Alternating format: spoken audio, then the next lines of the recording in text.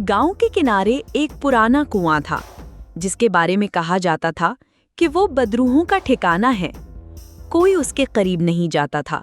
बच्चों को सख्ती से मना किया जाता था कि उधर का रुख भी न करें।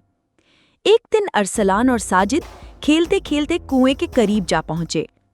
साजिद ने हंसते हुए कहा, अरसलान, हिम्मत है तो कुएं के अंदर झांक कर दिखा। अरसलान को तजस्सुस था, वो डरा नहीं, आगे बढ़ा और कुएं के किनारे जा पहुंचा। जैसे ही अरसलान ने अंदर झांका, एक अजीब सी आवाज सुनाई दी, मदद, मदद करो। अरसलान चौंक गया। साजिद भाग खड़ा हुआ, लेकिन अरसलान ने आवाज की तरफ ध्यान दिया। उसने गांव आकर फौरन दादाजान को बताया। दादाजान ने अरसलान को आहा, तुम्हारा वहम होगा, लेकिन अरसलान को यकीन नहीं आया। वो अगले दिन दोबारा गया और फिर से कान लगा के कुएं के अंदर झांका। उसे दोबारा वही आवाज आई। उसने फिर दादाजी को बताया। पहले तो दादाजी और उसकी अम्मी नूरा बीबी ने उसे डांटा कि क्यों बार बार वहां जा रहे हो।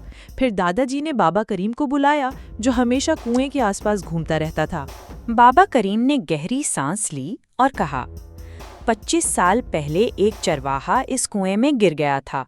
लोग समझे वो मर गया, शायद उसकी रूह मदद मांग रही है।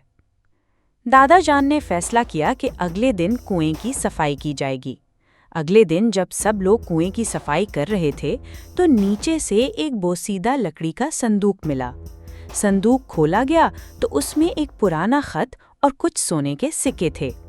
खत में लिखा था, अगर ये खजाना किसी नेक नियत इंसान को मिले तो उसे गांव के यतीम बच्चों की तालीम पर खर्च किया जाए।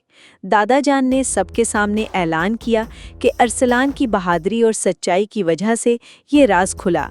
नूरा बीबी, अरसलान की माँ, की आंखों में खुशी के आंसू थे और साजिद शर्मिंदा सा अरसलान के करीब खड़ा था।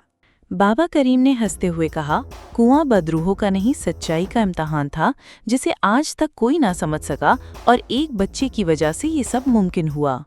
सब ने अरसलान की हिम्मत की दाद दी और इसे इल्म का चिराग कहा, क्योंकि इसी की वजह से यतीम बच्चों के लिए स्कूल बन सका।